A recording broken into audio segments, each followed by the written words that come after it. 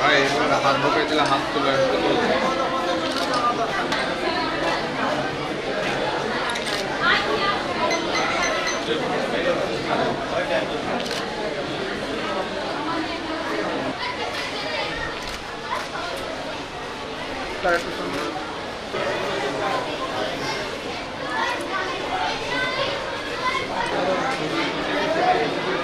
আরে এটাও দরকার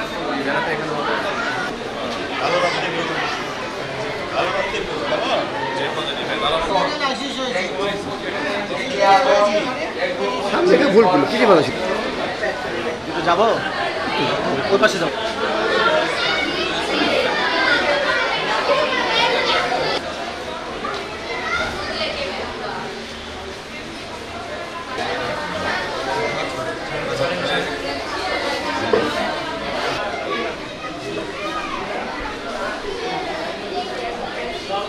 ফলে এডিস মশার লার্ভা জন্মিতে পারবে না।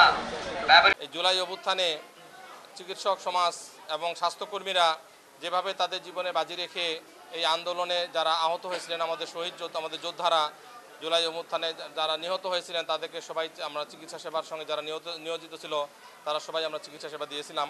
জুলাই চেতনাকে ধারণ করে একটা সুখী সমৃদ্ধি বাংলাদেশ এবং দুর্নীতিমুক্ত এবং বৈষম্যহীন একটা বাংলাদেশ গড়ার যে প্রত্যয়, সে প্রত্যয়ে আমরা চিকিৎসক সমাজ এবং আমাদের আমাদের চিকিৎসক সমাজ নিয়োজিত থাকবে এবং আমরা সবাই সবসময় জাতির প্রয়োজনে নিজেদের জীবন উৎসর্গ করে দিয়ে আমরা জাতির পাশে থাকব, এটাই আমাদের প্রত্যয়।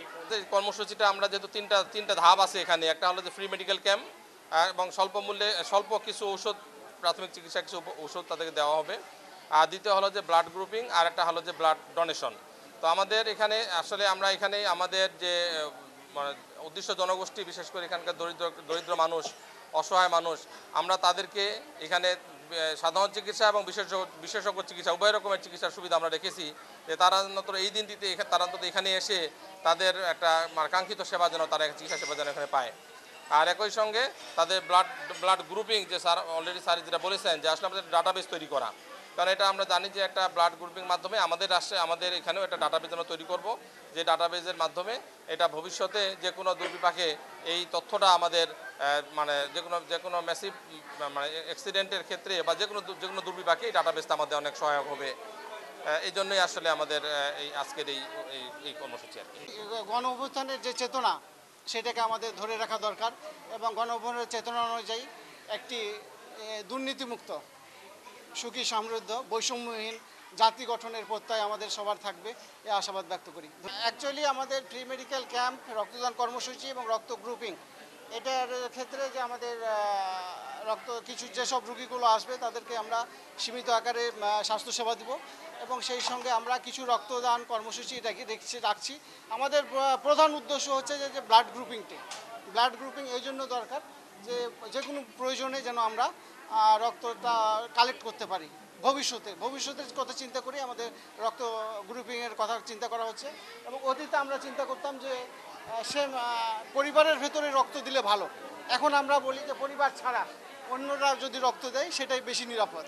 এই জন্য লক্ষ্যে আমাদের একটি ব্লাড গ্রুপিং যে ডাটা শিট থাকা দরকার, সেই ডাটা শিট তৈরির লক্ষ্যে আমরা কাজ করছি। আমরা কাজের শেষে বলতে পারবো যে আমাদের কতজন রক্ত গ্রুপিং আমাদের সম্ভব হয়েছে।